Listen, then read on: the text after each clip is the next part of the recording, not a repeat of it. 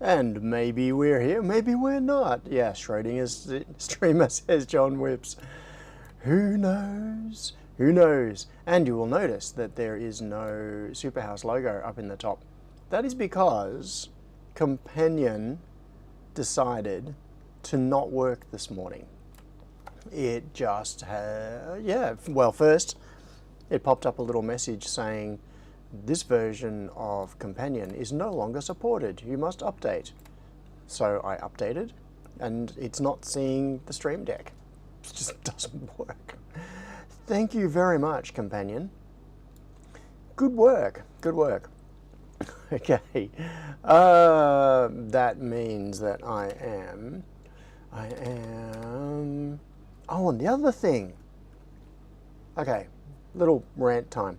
I just, a couple of days ago, switched to tabs on the side in the browser, which makes so much more sense on widescreen displays. Hang on, I'm just getting into TTS. Do I have volume turned up? Volume is up. We are getting there, people. We're getting there. And it would be good, except for a stupid thing. Okay, hang on. I've just got to... Where's the stream? Where's the stream? This one? Past, past, past. Upcoming, upcoming. Okay, for some reason, CastNote does not see the stream. It's ended 336 hours ago. Okay. Yeah, okay. We may have no TTS today because CastNote is not seeing it.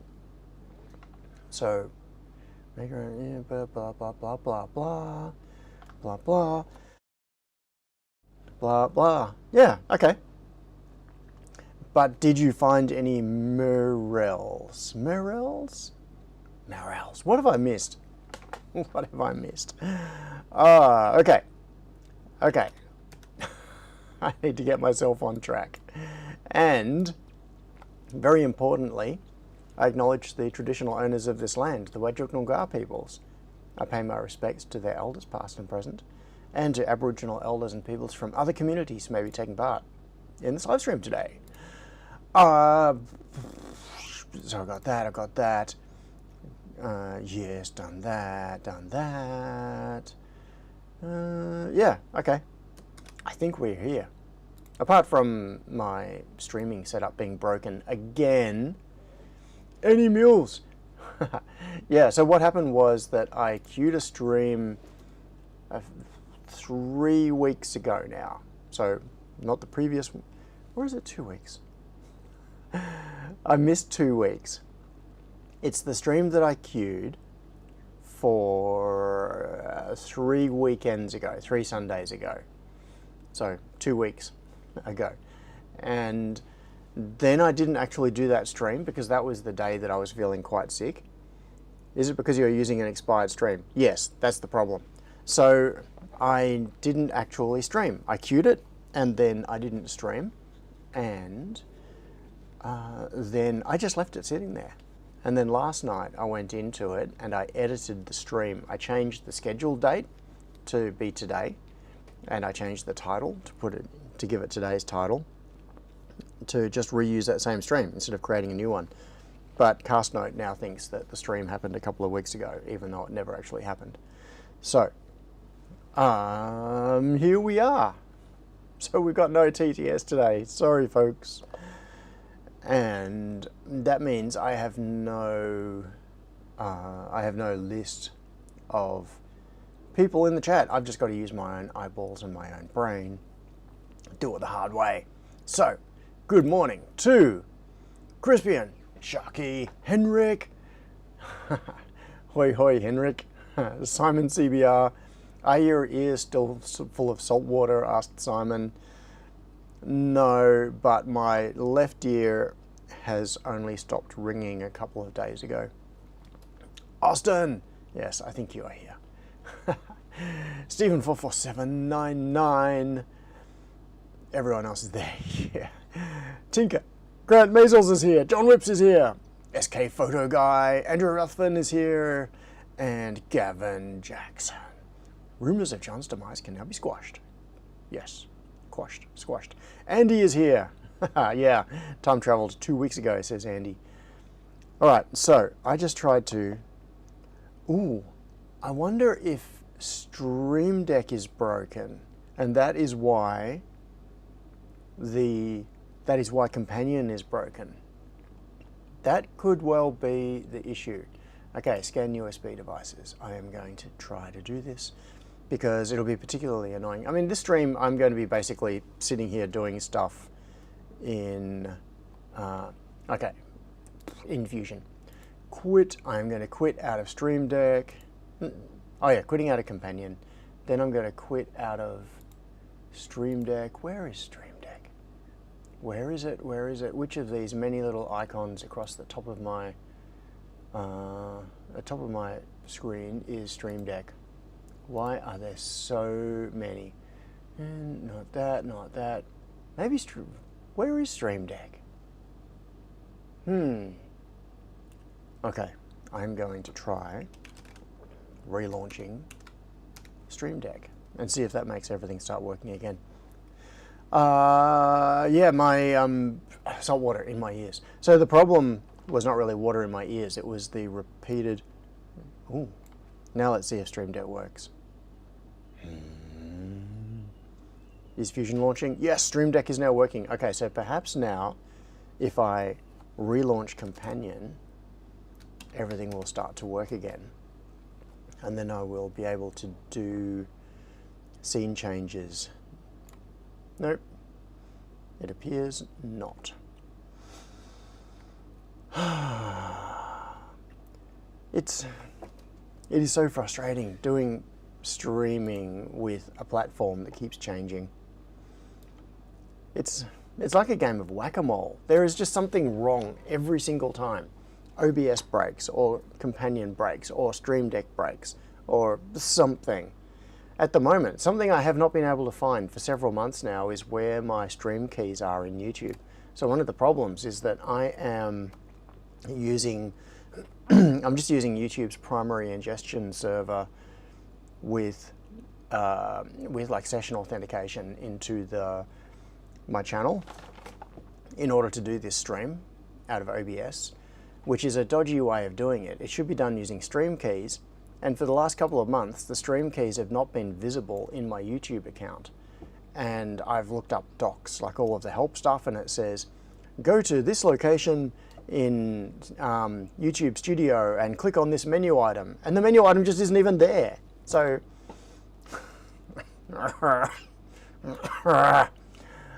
yeah, frustration, annoyance. Computers are a mistake. They are a big mistake. We should never have done it. Okay, where am I? BeetleBot. I am bringing stuff up,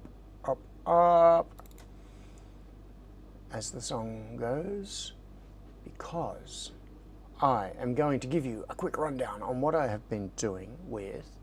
Oh yeah, and my Space Mouse is broken at the moment. Everything is just broken. Things just... Why do computers just stop working? But once you got something working, it should work. But no. You come back to it a couple of days later, and things are just broken. Software that was working last week is now no longer working for no reason that I can see.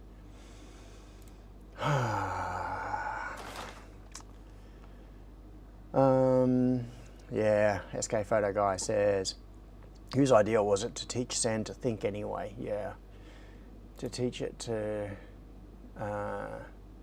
manipulate ones and zeros, and then we've just layered so much stuff up on top of that that it's pretending to think. It's giving a good emulation of thinking. Now, the question is, how do I do this without access to Companion? I am going to... Alright, I'm going to see if I can bring up Companion. Oh, launch GUI. Okay. Welcome back. Oh, now it's going to go through a whole setup process. USB surface detection configured.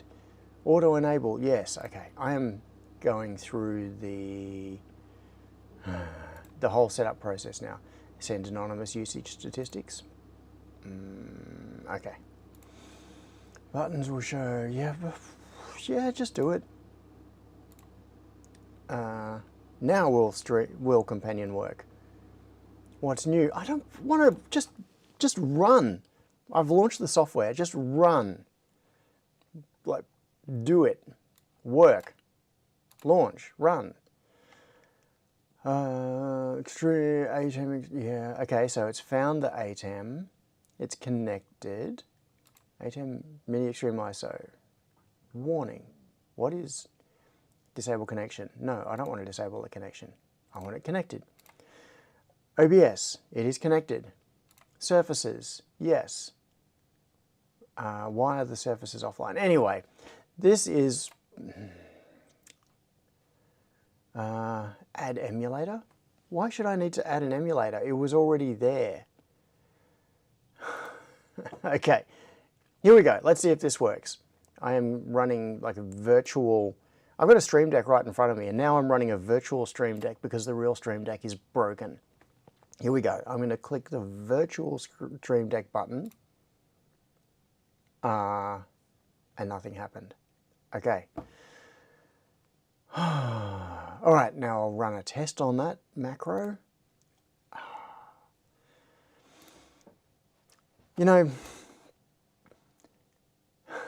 streaming, I've noticed recently, streaming recently is putting me into a worse and worse mood because every time I do, I just find myself fighting the computer. It does not do. Yeah, Simon says, maybe you need to do a 15-minute live stream on Friday or Saturday night just to confirm your setup is working for Sunday mornings. Yeah, it shouldn't be necessary. I mean, I stream every week, apart from the last couple of weeks when I've broken, and I never deliberately change anything to do with my streaming setup. I don't change OBS, I don't change Stream Deck, I don't change Companion, I don't change anything.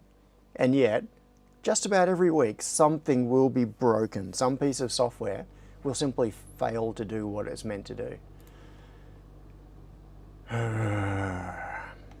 And then I get it fixed, and then the next week, something else will be broken. So,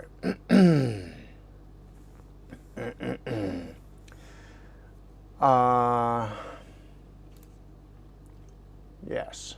All right. What am I doing? All right, now, does this work? Oh yes, okay, so this Stream Deck is now working. The one that was not working a few minutes ago. So the other Stream Deck is, the one run by Companion is not working. The one run by the Stream Deck software is working. So at least I can do stuff on here. So this is the current state of the BeetleBot, and it is now fully routed, and in fact the PCBs are in production. I should check JLC, where is it up to? Yeah, that's right. So what I was saying was I just recently changed my browser configuration to put tabs down the left side, which in theory makes so much sense. However, someone screwed up on the UI design and made the... What they did not do was allow for a place on the top of the window to grab it, to drag it around. And is this because people just do everything full screen these days on touch devices? Maybe it is. Let's see, what's the status of the production? It is... I've got to be careful what I show you here. Now I've got this problem. Where do I drag this window? Okay, here we go. So this is the status of production. So, for why? Kelvin test, hot hassle, automatic visual inspection. Okay, so PCBs for the PCBs for BeetleBot are currently undergoing AOI. Why do they call it automatic visual inspection here in the checklist? It should be automated optical inspection is the industry standard term for that. then electrical test, profiling, V-cart, final inspection. Yeah, okay, so they're not that far away. Now, this is my annoyance. This. Oh, okay, I can grab it there. That's not so bad. That's not so bad. I was getting myself all ready to be seriously pissed off. So the issue is, normally when you have tabs across the top of the window, there is space where you can grab it. There is a top bar where you can just click on it and move it. And one of the things that I really, really miss from running Linux on the desktop, and specifically like GNOME and that sort of thing, is the, what is it, Alt? I think it was Alt click anywhere on a window and you can drag it around. And that is such a useful thing. I internalized that instantly once I started using, when that happened, when I discovered I could do that, it just became a thing. In fact, I think I had it set up on, I had it set up so that I could, oh, does that work? No, it doesn't. If you, so middle click was paste. I'm trying to remember from doing this on Linux desktop stuff. I had it set up so that if I held left and right buttons at the same time, it would drag the window under the cursor. Because there's a key shortcut. I think it's Alt click anywhere on a window and you can just drag the window, which is great. It is such a useful thing. You shouldn't have to go and search for a specific handle to be able to drag a window around. And so the problem I've got with this, I'm dragging this around now by grabbing in the left in the tab area, the little tab bar here, and all I'm doing is left clicking. Just regular mouse click, grab it and drag it around. But up the top, like this is menu. I mean, that, what's going on there? This is URL. Can't click in here. There is stuff all over here, all of this Chrome getting in the way. There's a gap in here that you can click in, or you can be very careful. If you click in between these buttons, yeah, like there, then you can drag it. But you've got to target really carefully. You've got to navigate through all of this garbage that's getting in the way, all of the navigation stuff, and go, okay, if I click right there, then I can drag the window. No, there should be a big target that you just go. You just click on the top and drag it around. Like with, okay, I'm going to very carefully drag, oh, come on, I got it there, found it. With this, for example, I can drag Fusion around because it's got this big draggable target right here. You just go, click, drag, there we go, it's easy. But now, with Chrome, with the with tabs on the left, come on, close. With tabs on the left, there is no draggable target on the top of the window. That is a dumb UI decision. Okay. Ranty. He's watching boards fly out.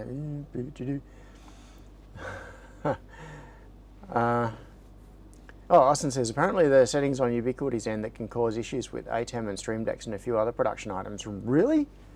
Well, how? That would be annoying. So, my Stream Deck is plugged in by USB directly into my computer. The ATEM, I see what you mean. Yeah, the ATEM control is over the network, so potentially yes. If they were doing things like disallowing local broadcast packets, which would be annoying. Yeah, I know that there are some things that I've had problems in the past with Ubiquity networking where they disallow broadcast packets across wired to wireless boundaries just because of the way the firewalling works, or the, what is it, the layer 2 switching or whatever it is, layer 3, in their switches. Yeah, and that is very annoying. In this case though, the Stream Deck is sitting here in front of me, plugged into the computer in front of me, and the computer can't see it because it is stupid. Okay. Before I get into this, my brain is just going in a whole bunch of different directions because, okay, I've got to push a whole bunch of things onto the stack and then pop them off one at a time. So the first thing that I'm going to pop off is that my son is wanting to get into PCB design. And during the week, he started looking at KiCad because I said to him, and I've ranted to him about, you know, KiCad versus Fusion and all of that sort of stuff over the years. He knows the general story. I do not want his mind to become polluted with the Fusion way of doing things when he is starting from not having previous experience with PCB design. If he is going to learn about PCB design, I want him to learn with a clean slate using KiCad. And so he's been looking up some KiCad tutorials and doing that sort of thing. And the goal is, so I am using this as my, as part of the motivation for me to also get onto the KiCad train. And I've had a few abortive attempts at it in the past, but I think it's definitely worthwhile. And the fact that he is now actively going to be learning how to use KiCad and doing PCB design, I want to use that as I want to go along on that journey with him. So as he's picking it up, Austin says, get him to rebuild your libraries. Yeah, that is the thing. Probably that more than anything is what is keeping me stuck on Fusion right now. I have so many hours, I could not even guess like the number of zeros involved. I don't know the magnitude of the effort involved. When you've been doing PCB design for decades, the investment in libraries is crazy. And the idea of starting from scratch, just a totally empty installation with no footprints that I can trust or that I have verified, yeah, it seems like a scary thing. I can just imagine every single job spending hours or days simply making footprints and 3D models and symbols and all of that sort of thing. Oh, Austin says, the big thing I do with my libraries is add the LCSC mouse and DigiKey numbers. Makes bill of materials so much easier. Then I ensure I have correct 3D models. Yes. Stephen says, you can remap a bunch of things in KiCad if you want to make it use more Fusion-like key combinations. And then Tinker had some comeback to that. Simon says, next year we'll get him to start using FreeCAD as well. Yeah, we were looking at FreeCAD videos. Okay, I'm going to get to BeetleBot stuff today, but yeah, there are some interesting things here. Oh, I've just opened a new browser window and the same thing has happened. I've gone, where do I grab it to drag it? Oh, so annoying. Okay, there is, here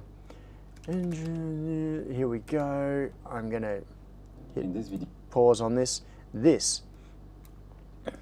And again, where do I drag this window? This video I came across just recently. Engineers don't use FreeCAD until now. So this is doing a job using the, it's designing a pedal for a bicycle. And it is doing it using FreeCAD. And when you go through, like if you go through this video and the way this works, the current FreeCAD UI looks so much nicer compared to the workspaces or the workbenches or whatever they were called as they were a year ago, 2 years ago. This looks like it's actually getting there now. This is really looking really solid. The workflow looks good. The way all the tools work looks good. The management of all of the parts and attributes, all of the parameterization, this all looks really good. So I am, yeah, nice. It's just nice. I look at this and I could just, yeah, I could totally go for this and not be driven crazy by the UI. And of course this runs under Linux. So what this is all getting back to is is there anything else? No. As far as I can think of, there are only 2 pieces of software. In fact, no. There is 1 piece of software which is keeping me on Mac OS for the desktop here, and that is Fusion. I think that's it. And if Fusion was replaced with a combination of FreeCAD and KiCad,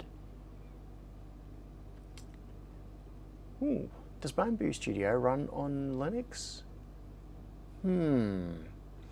Good today, Johnny. It became possible to move things in the tree with drag and drop. Tinker says, somewhere in the last couple of updates to FreeCAD, it even became possible to move things in the tree with drag and drop. Okay, so in the tree in here. Yeah, so there is this one. This video is, yeah, this is a pretty cool video. It's basically running through the process from beginning to end. How long is it? Half an hour. A lot of it is glossed through. Like in this, I'll just take it back to here, and I'm going to hit mute.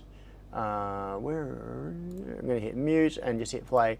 So a lot of this is fast. It's like warp speed fast, and he talks through the process of what he's doing. But it is so fast that you can't really use it as a tutorial. It's more of a showcase. It is 30 minutes of probably many hours of work compressed into 30 minutes, and zipping through the golden path of you do this and then you do this and then you do this, and this is the result that you get when the path has already been determined. But it is a really good showcase of the sorts of things you can do with FreeCAD now. So in this particular case, you can see that he's doing the cross section of a bearing surface. So he sketched it out here in this plane, and I'll just run it through. So you can see this is warp speed, clicking through, changing parameters, adding all the fillets, and then you switch out. Like this would have actually taken 10 minutes in reality. And then switching out of the sketch view, and then you revolve it around the axis, and boom, now you've got yourself the solid, which is the bearing surface. And there it is. That was like 15 seconds or 20 seconds in the video of something that would take you 10 minutes in reality. But it just shows it shows what FreeCAD can do now, and that workflow that it just zipped through in a few seconds makes total sense. That seems good to me. I could very much imagine myself, oh, and here you can see there is a circular array of bearings that have been defined, and then the bearings get placed into the surface. There's like a mesh type dealio being used for for setting the location. So you can see there's the bearing surface here, and then creating the bearings, the diameter, boop, there it goes, and it's up against that surface, and then create a circular array, and the number, increase the number, and now you've got yourself bearings. So yeah, if you didn't know how to do that, and you had to go through the menus and figure out, or look up tutorials, like, how do I create a circular array in FreeCAD? Then it's going to take you, 20 minutes to do that circular array. But once you've used it a bit, and you know the tool, and you know where to find the different menu items and things, and what tools are available to you, then you can do this sort of thing quite quickly. That's the sort of thing that I could do quite quickly in Fusion, but because I know the tool, but I don't know FreeCAD. But it's looking close enough that I reckon I could, oh yeah, and some adjustments being made, and then, whoop. Yeah. Anyway, point is, FreeCAD is looking freaking awesome just from what I've seen. So this is going through the whole process, beginning to end, designing, 3D printing, testing, making sure it all does its thing, ordering parts, and here we go, doing some strength testing, smash it with a hammer, see if it falls apart. So that looks cool. Seems like a very useful tool. And KiCad, of course, is. I do not question that KiCad is an excellent tool. It's these days, KiCad is so good that it is not the quality of the tool that is stopping me from using it. That is not a factor anymore. It is a perfectly good tool that would do what I need. So, yeah, there are other factors that have kept me on Fusion up until this point. I learned 3D CAD from scratch using FreeCAD. I may have damaged my brain. Stephen says you could also save $4,500 a year in Fusion costs. Yeah. So the Fusion costs me, it's somewhere in the region of 800, I think it's about $861 Australian, like 861 Kanga bucks a year. It's somewhere in that range. Now, ooh, can I, BeetleBot, Superlab. I am just wondering if I can find,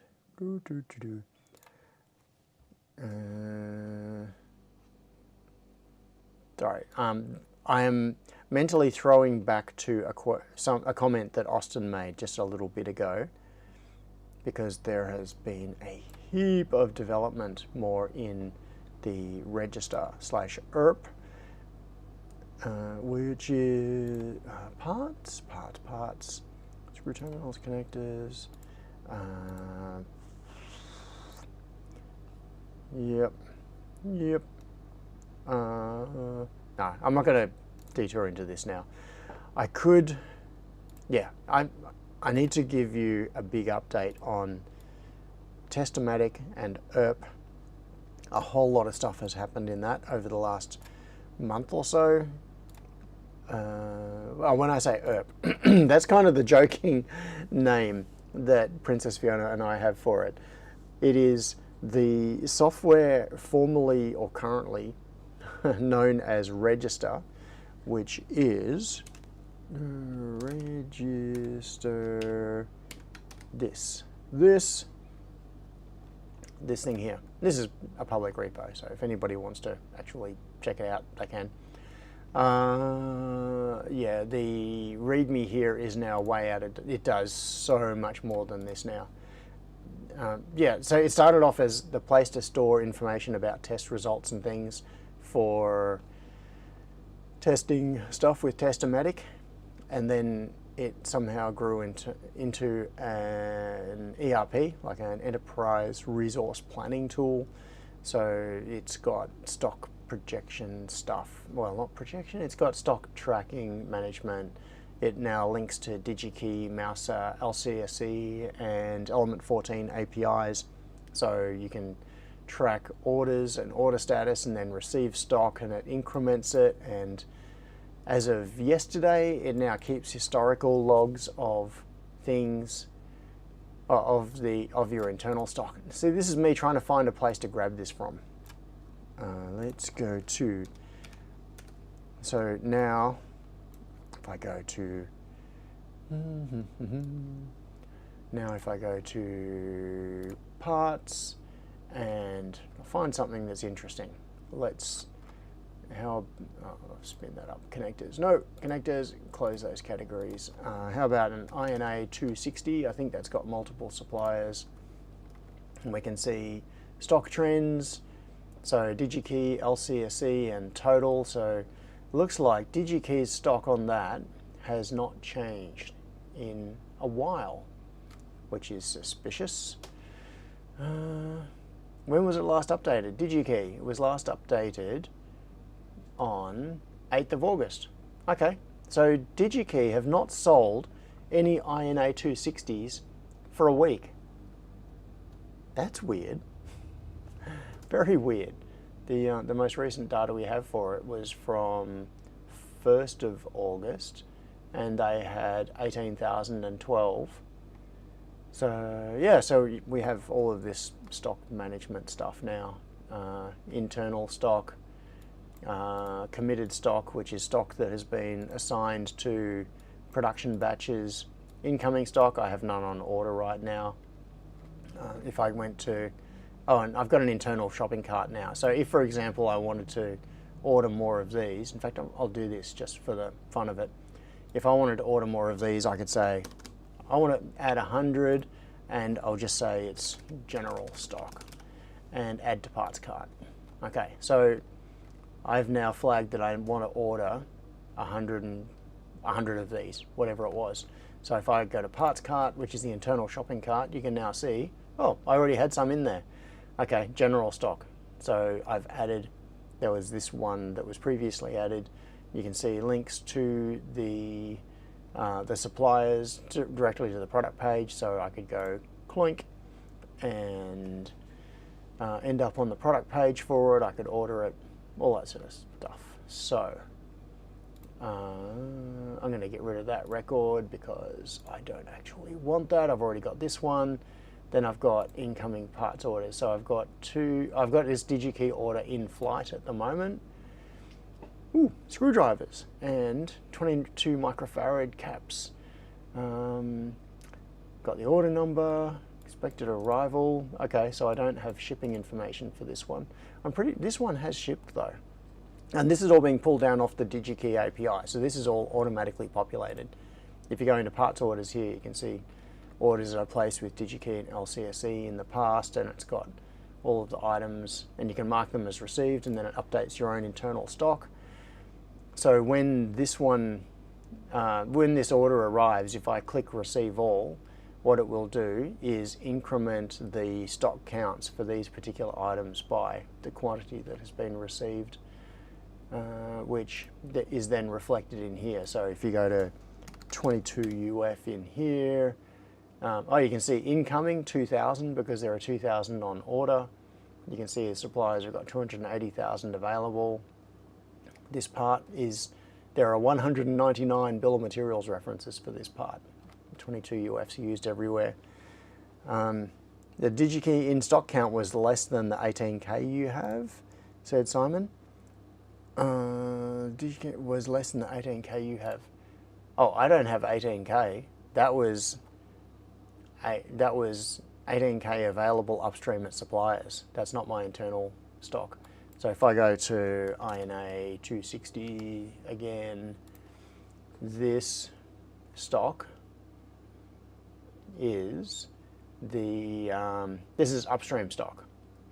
So the green one in this case is LCSC stock. You can see it's way down here. Blue is DigiKey, which is up here. Black is the sum of the two. So this is total available supplier stock. My stock is way less. So this is like a, what is it, a 9, in quantity, it's a $5.57 part if you buy 2,000 of them. So yeah, I do not have 18,000 of a nearly $6 part. That would be a bit of capital investment. The DigiKey in stock count was less than the 18K you have. Oh, okay. Yeah. Yeah. All right. I must have misinterpreted your comment. Sorry, Simon. Now, yeah, parts orders. Yeah, so orders are in flight. These are ones that are queued. Things so that I don't forget to order them, or they are on order or whatever. Anyway, yeah, so what I could do is come into here and see these are the parts that are required to build this particular thing, and it does all the calculations of what it actually costs to make this thing. So, pretty cool. Pretty cool. Now, where were we? Oh, DigiKey have 17,179 in stock. Oh, interesting. I see what you're saying. So even though it refreshed off the API this morning, or yesterday, it was saying 8th. Yeah, I'll need to check the logs. Maybe the API calls are failing. That would be an interesting development. Maybe I need a new token. Okay, so where were we? Oh yes, okay, so this is the fully routed and now almost entirely fabricated BeetleBot PCB. And where are we? Where is the assembly? That one? I'm going to go to the 3D view first, and then I'll go to the assembly. I don't think I've updated the assembly for a while, as in I haven't resynced. Okay, I've got to have a swig of a caffeinated beverage.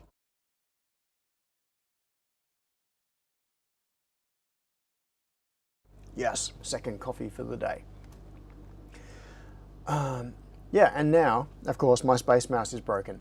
So this is basically that thing I was talking about before with switching to Linux, switching to FreeCAD, etc., is because things are just constantly broken. Right now, my Space Mouse is not working, the Stream Deck is not working, for no reason whatsoever. And I am so sick of tools that just break. Like, they just stop working. Why? Why has it stopped working? I don't know, but then now I've got to invest time in figuring out why is my Space Mouse broken. Reinstall the drivers.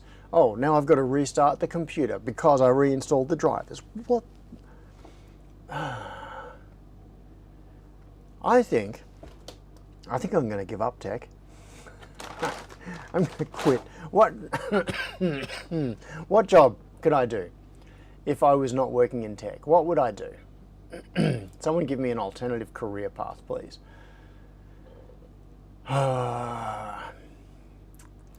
So, yeah, enshittification is real, says Tinker. Yes. Yes. Year of the Linux Desktop, 2026. Scuba Instructor, says Simon. Yeah, I was resisting saying that. That has crossed my mind a number of times over the years. But, no. My ears would not handle it. So I did 9 dives in 3 days. So it was, on 3 consecutive days, it was 3 dives, 4 dives, 2 dives was the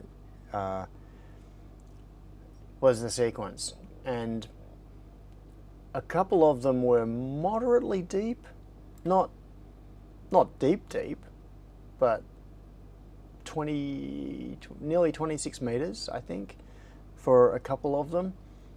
And because I had just not long, like within a day or two of going on the trip, sort of recovered from a sinus thing, it meant that equalization was not as easy as it could have been.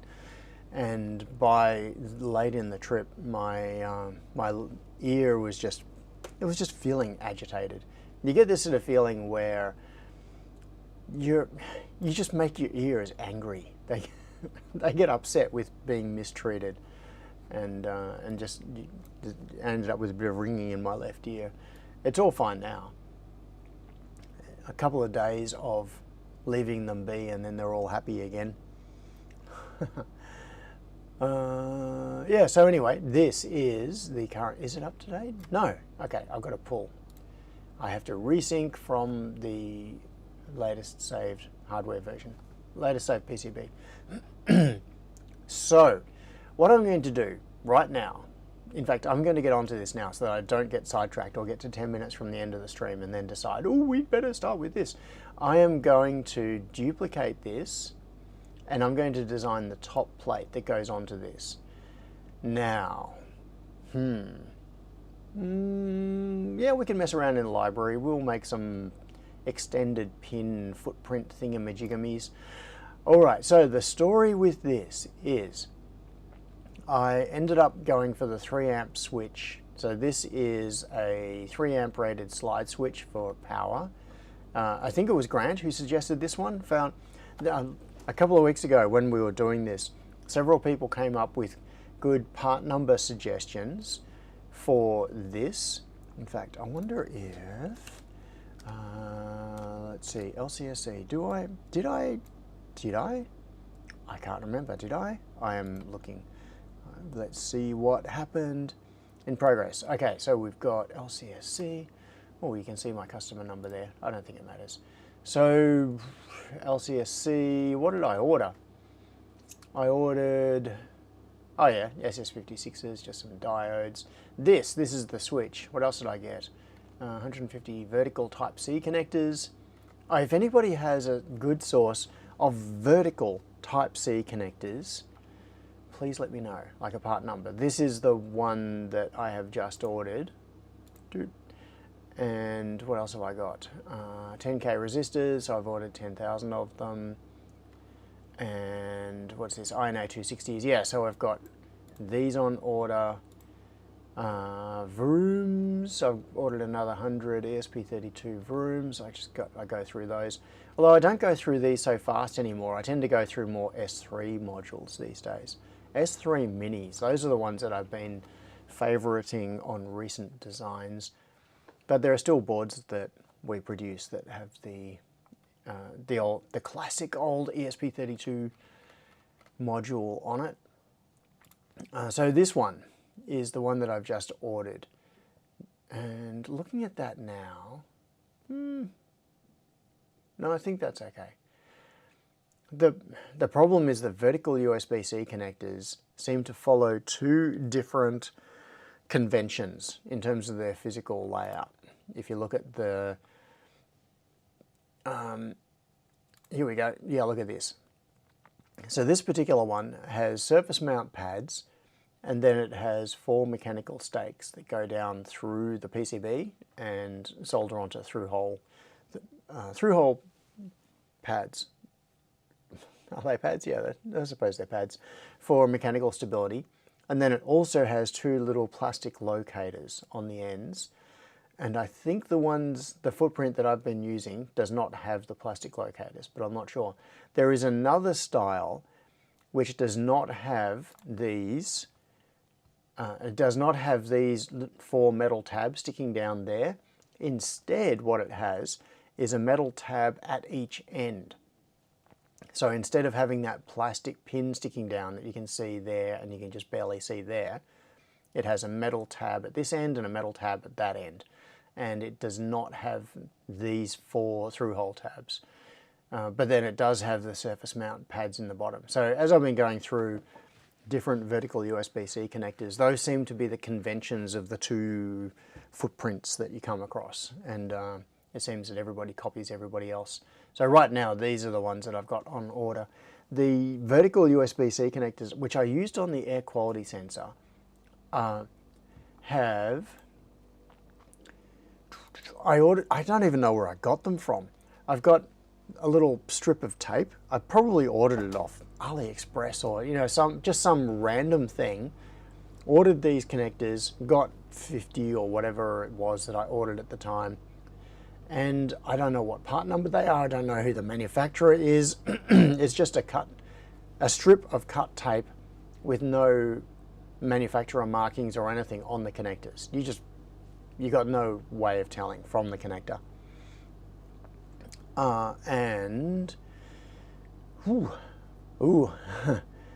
Tinker says, my right ear has odd habits around certain frequencies because of a single 28-meter dive. Ooh, yeah. Odd habits. That does not sound good, Tinker.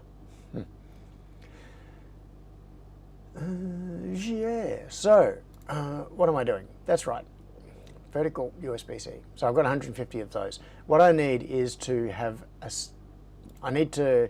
known part number, known supplier, known footprint, etc., so that I can reproducibly get them again in the future. It's no good ordering something and then not being able to order the exact same thing again in future. It needs to be absolutely consistent and reproducible. So this switch was in that same order. It's a 3 amp rated slide switch, which is going to be the power switch for the bot. We've got the fuse over on the side there. These will both be exposed through cavities in the plastic, which I still need to modify. There is a reset button here, so it's a right angle reset button that will poke through the plastic. We've got the USB-C connector there, just a regular horizontal one. We now have 2 RGB LEDs. These are WS2812D, which are in a 4020, I think it's a 4020 footprint, which means that it's 4.0 by 2.0 millimeters, and they are edge, if I bring it around here, they are side emitting LEDs. So they sit on top of the PCB and then they will shine directly forward. And I've got them on left and right, so they're kind of in headlight positions, but they can be used for status indication. So I need to make little alcoves or cutouts from the plastic to go over those as well. Then we've got the riser connectors here, and it's 12-way connector on each side, so we've got 24 signals coming up, plus including power, coming up from the base PCB to what is going to be the top PCB that will sit down on top of this. So if we go to, where is the assembly? Let's open up the assembly and I'll pull this 3D model into the assembly, or update it into it. So this is out of date. You can see that I did for a while have the USB-C socket on this side, and that's why there is that little cutout on there. And what was on the other side? Oh yeah, that's where the fuse is. So the fuse is still there. That's the same thing. That cutout can remain the same. But on this side, there is now the power switch. So I'm going to have to redo that area, and I'm going to have to put over here you can see the USB-C connector sticking out, and there's the reset button sticking out, but you can't see the headlight thingies. And this was before it was fully routed, I think. So anyway, let's pull the board. So we've got the most recent version of it in the design. And is it doing it? Has it done it? I don't know. Oh, it's doing it now. Okay, slowly, slowly. There we go. Okay, so this is the most recent version of the design, and you can see the risers are sitting in here. I had to extend this hole in the plastic a little bit. So there's a, yeah, you can see it has this nice curve coming in here, and it used to come around and cut across here. And I've extended that so that we've got room for the 12-way riser connector there. And then there is another 12-way riser connector on the other side. So the goal here, what I'm about to do today, oh, you can see the power switch sticking out there. So what I'm going to do today is duplicate this. I'm going to close this without saving it, and then I'm going to create a new project, reference the schematic in the PCB. Let's save that, and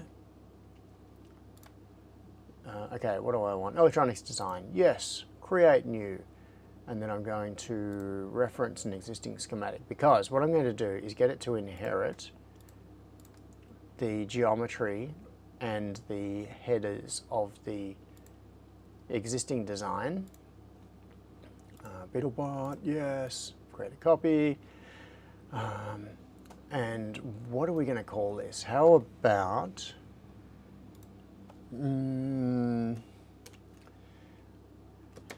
BeetleBot, how about BeetleBot top V1 0, that'll do. So creative.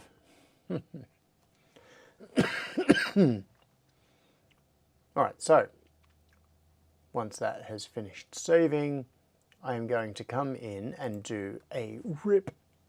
I was going to say a rip and replace, but it's mostly just going to be a rip. I need to get rid of power in. I can get rid of everything on this sheet. What I'm going to do is consolidate. I can move that or I can move the other stuff. I think I'm just going to start by deleting to begin with. Do I need anything from there? Blah, blah, blah. Nope. Delete. Okay, get rid of that. What do I need from here? I do not need these. I do need the top plate risers because I'm going to replace those. And get rid of that. That's the, yeah, primary MCU, don't need that. Oh, power switch, still on the to-do. Get rid of that. Delete top plate risers. I'm going to replace those with, oh yeah, and that whole sheet can just go. Remove sheet, yes. Oh, there was another sheet. Okay, so we've got USB, yeah, we don't need that. There's nothing on that sheet we need. Remove, yes. And then this one, I can, oh, actually, this is going to be the easier way to do this. I'm going to, oh no, but then it's got the, oh, do we care? Do we care about fiducials? I'll leave them on. I will leave them on because I don't know. Move. Let's see if I can stick it over here. Because I don't know whether I'm going to end up with any surface mount parts on this top board. I don't think I will. I think it's just going to be some, yeah, some through hole headers, and that's about it.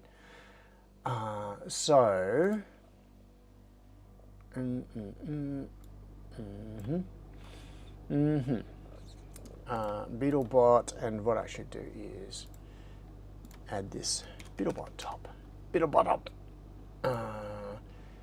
And where are we? We are in 08-09, and that'll do. Oh no, BeetleBot top plate. Place? Plate. Plate. Place. Okay. So, what this gives us is a board with a whole lot of signals on it that we don't need anymore. So I can do some brutal sort of deletion of all of this stuff because it's got hang around traces, and I can then, whoop, yeah, don't need any of this, don't need that. What do we have? Why is all of that there? It's just because the signals still exist. So I'm going to brutally get rid of that, and I'm going to switch the silkscreen to the bottom side. I think I will, just for neatness, because I need it for my own, reference. Get rid of all of that. Get rid of that. I'm also going to switch this back to being a 2-layer board because the BeetleBot base PCB is a 4-layer board, and it's just not necessary. The top is such a simple thing that it doesn't need it. All right, delete. Final bit of cleaning up. Just remove these leftover traces.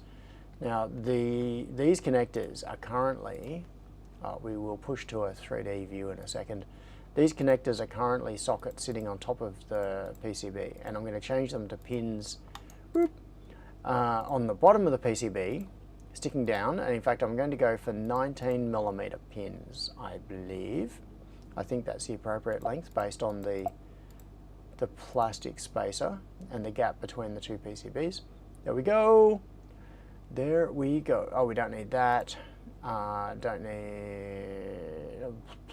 We're gonna have to change some of that labeling, whatever it is. Oh, should we put a power LED on the top? I think we should. That actually is a better place to have it than on the bottom where it currently is. But we can have one on the top and the bottom, because the bottom can be powered up without the top plate. Fiducials can stay. What am I doing? Okay, let's go to Route 2. So the second layer, single layer mode, and get rid of the polygon. And we'll go to layer 15, get rid of that polygon. So we should now have nothing on layers 2 and 15. And we can now switch to change the layer stack. Whoops, you can't see that. Change the layer stack to a 2-layer. Make it nice and simple. What have we got? Silkscreen, solder mask, surface, top dielectric bottom. Yeah, all looks good. 1.6. Very basic sort of thing. Okay, so now we have a very simple 2-layer stack, top and bottom, and everything should be in the right place. So if we do pause, it'll have ground pause, top and bottom. So what's the signal on the top layer?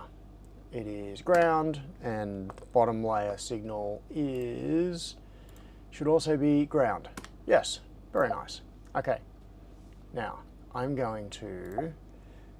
going to check this. What is the dealio? So this is on the T-place layer. I'm going to rip up and then do a change layer, that one, to T-place. No, from T-place to B-place. Yes, that's what I want. Okay, and I'm just going to, because I am silly, I'm just going to click around and do it a line at a time, even though I could have grouped this. I'm kind of using it as an excuse to look at what I'm doing. All right, so now we've got silkscreen on the bottom showing the location of the cavities in the plastic. What are we on? 0.5 grid. I was on switch back to a coarse grid. Go back to 1mm. So now save that, and then we'll generate a 3D version of this and see what we've got, and then replace the connectors. Then we've got to figure out what things we're going to put on the top. Austin says C742310 for RGBW status LED. What I should have done. I am having regrets now, Austin. Now that we are doing this, I am regretting not exposing IO0 on the riser header, because in fact, I don't need to do that. I can do it from this local schematic. So if we have a look at the riser, I know what I should do. I do need to open the other schematic. Let's have a look at the base plate, because those two RGB LEDs has at least one new change. Do you want to load the latest changes? Oh yeah, okay. Stupid sync stuff.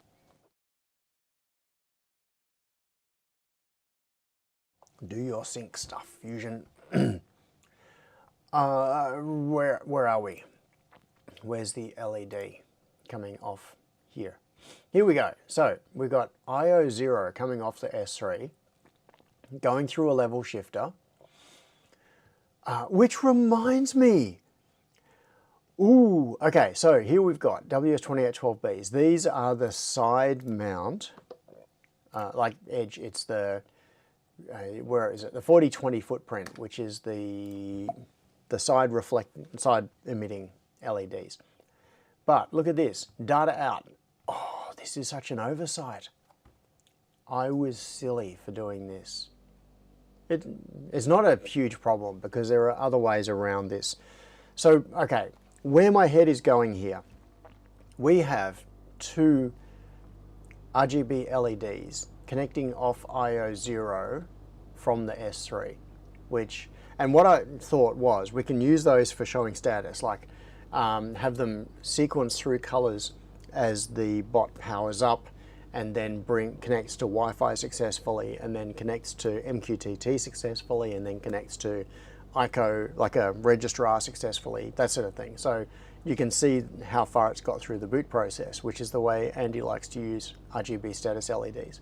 It's a really clever idea. It means that you can just look at the thing as it boots, and you can see it step through its sequences, and you know if it fails at any point, you know where it failed, and you can look at it and go, oh, it hasn't got on Wi-Fi, and then you know you've got a Wi-Fi issue to deal with, or whatever. So what I should have done is taken this data outline from the final LED and brought it to one of these pins on the risers.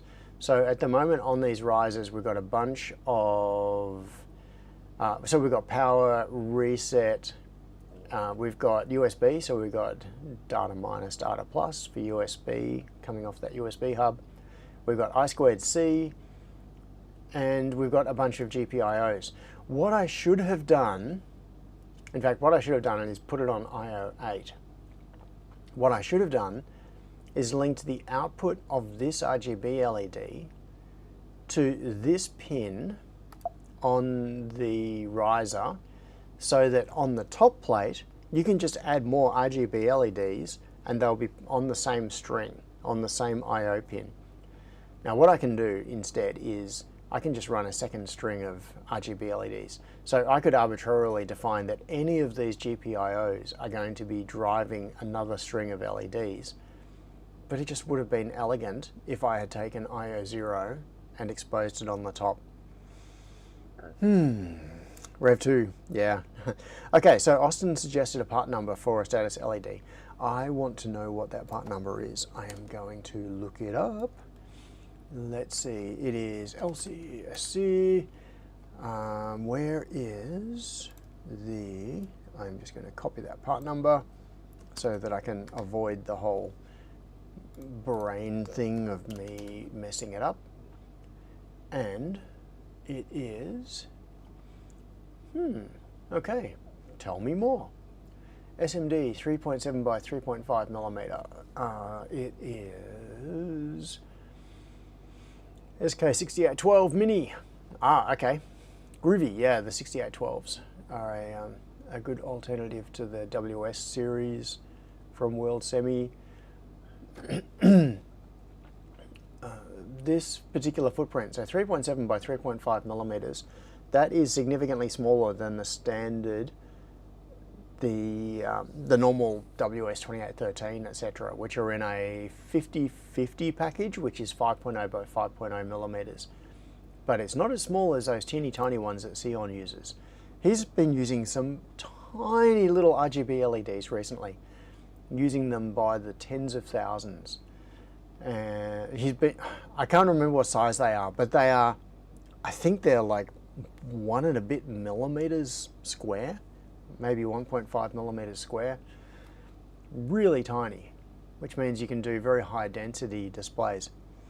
Yeah, Austin says, yeah, Sion uses 1 millimeter square. Yeah, that's bonkers. 1 millimeter LEDs. Yeah, full RGB in 1 millimeter by 1 millimeter, which is, it's not quite the same aspect ratio, but it's approximately the same surface area as an 0603 LED, which is, and it's, I think, just slightly more than an 0402 LED, which are in single color. Those 3535 are the smallest RGBW that I've seen listed and as an RGBW. Yeah, so this is red, green, blue, white. And you can see on here, it's got, that will be the RGB portion, and then this will be the W portion. It's a square LED, and the red, green, blue would be off this part of this little die in here, and you can see the bond wires coming off it, and then it's like it's got an RGB LED and a white LED jammed together side by side in the same package. So you can supplement with white. So you can get proper bright white, not just RGBW, or trying to make white by turning on red, green, blue all at the same time, which means you end up with not a proper white. You end up with some weird ass thing. Yeah, and not as bright. That's pretty cool. All right, these are interesting, Austin. For the record, have you had any particular issues with failures of these LEDs? I am curious to know. Tinker says, challenge, hand solder those 1mm square LEDs. Well, you kind of can't because the pads are all underneath. You could possibly hot air them if you were super careful. You could hot plate them, definitely. That'd be pretty easy. But hand soldering with a soldering iron, almost impossible. Just because you can't even get to the pads. They are, it's like, it'd be like trying to hand solder a QFN. It's just not going to happen. Yeah, okay, cool. I'm going to keep that tab. Thanks, Austin. Where are we? Okay. Let's do some messing around. I'm going to switch to, where are we? No, I'm going to come to Fusion Libraries, and I'm going to go into connectors because I am about to make a new part. Excuse me. Pin headers. All right, I'm just opening this directory so that it'll default to saving it in there because that is what Fusion prefers to do. So I am going, what is this? This part is, it is a 2004-S. Okay, here we go. Let's do some library stuff. Library stuff is never fun. Checking for updates. Superhouse connectors, edit. Doing library edits. Updates to your library available. Yeah, okay, pull it. Yes, give me the latest. Sync it. Update complete. Now. Oh, look at this. Thank you. Did I tell you recently that Fusion crashed when I opened it and then closed it? Without even having any documents open? So this is one of the other things that is driving me away right now, is just Fusion just crashing constantly. It's like back in the old days of Eagle. Eagle used to, it was notorious. It used to crash. I ended up developing this habit of Command-S-ing just, oh, no, Java, get the hell out of here. Get lost, Java. It used to have this habit of just crashing. Like, it'd crash dozens of times a day. You would do stuff, boom, crash. And then you'd open it again, do a few things, boom, crash. It was just horrible. And so I got into the habit of just Command-S-ing constantly. Like, you'd add some parts, Command-S, route some tracks, Command-S. So I was just saving like every 30 seconds. It's just, I didn't even think about it. My fingers just did it. And then, after the move to Autodesk, it became so much better. It would go ages and ages without any problems. And then in the not too, yeah, but these days, now, just, do I want to bring in these?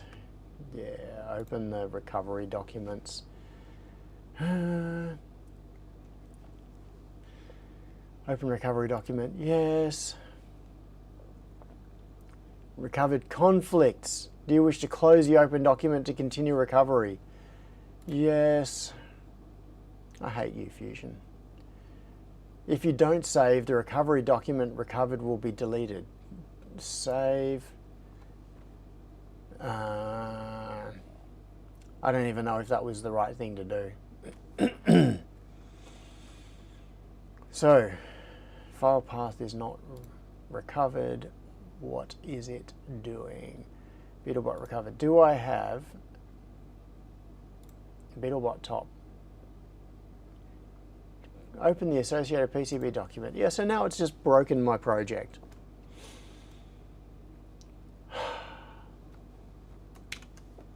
Thanks, Autodesk. I think I now have a broken project. Oh, go away. Why did that come up? Or has it, what's this done? Is this, who knows? Who knows? And why does that have recovered? No, okay, I'm going to close that. Don't save. And BeetleBot top, what things do I need? Hang on, so we've got BeetleBot top there as a PCB. What's this one? This is nothing, okay. Come on, close. I clicked on your close. Or are you in the process of crashing again? We got that. Do I have a different thing? So if I now push this to 3D, does it push to this one, or is it going to now open a new document? Yes, it's just opened another one. All right, I will close that one without saving it. And then can I save this one? Oh, and no, I don't want to put it in libraries.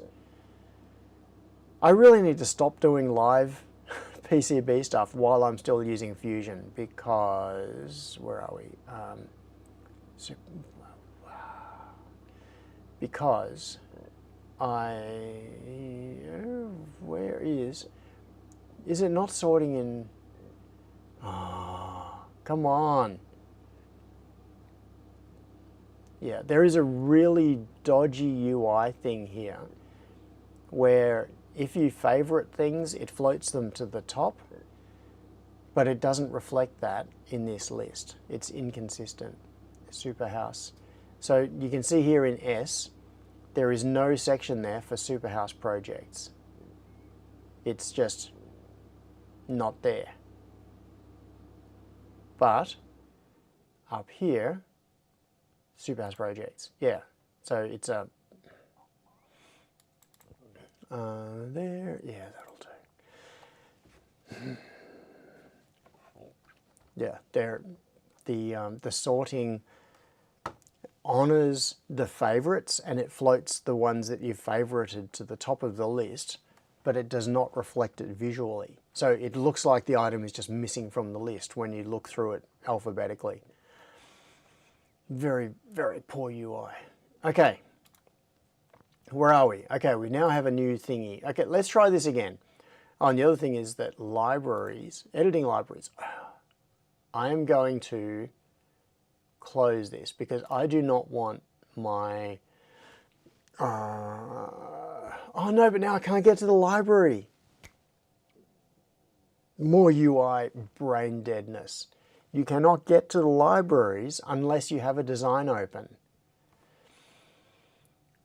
Oh, because you need the tab.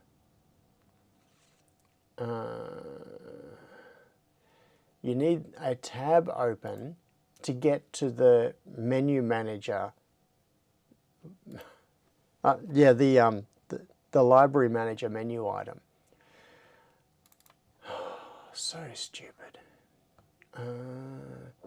So now I've got to have this project open. BeetleBot, the BeetleBot top. Okay, you have to have this project open to get to the menu item so that you can open the libraries.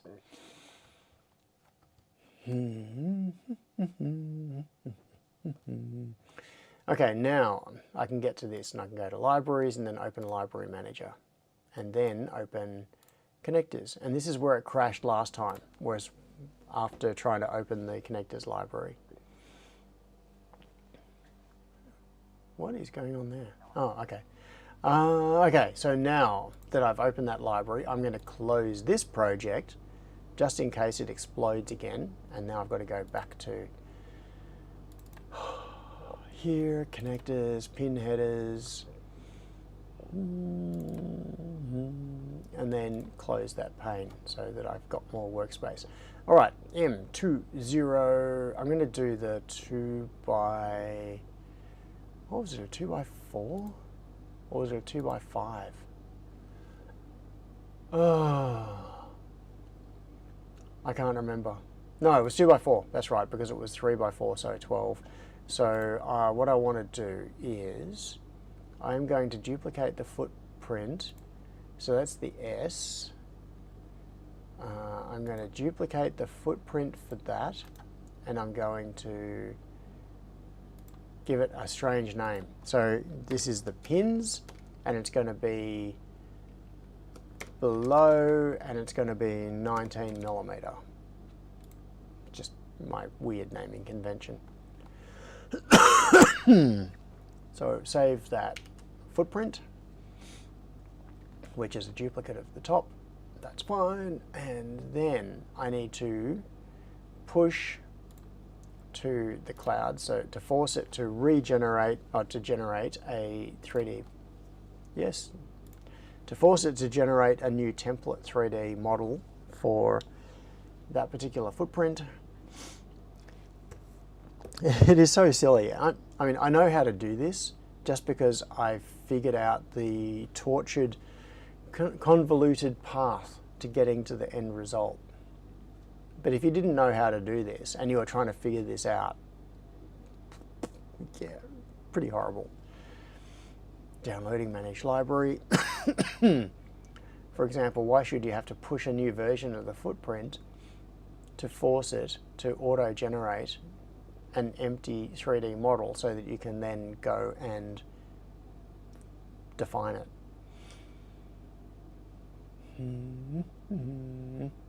Come on.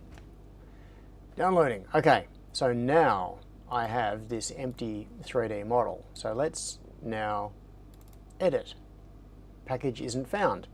Import, yes. And it's now going to put it, no, I do not want to put it there. I want to put it in Fusion Libraries. Where is it? Where is it? Where is it? Oh, come on. Not sorting alphabetically. Oh, it's back up here. Fusion 360 libraries, connectors, pin headers.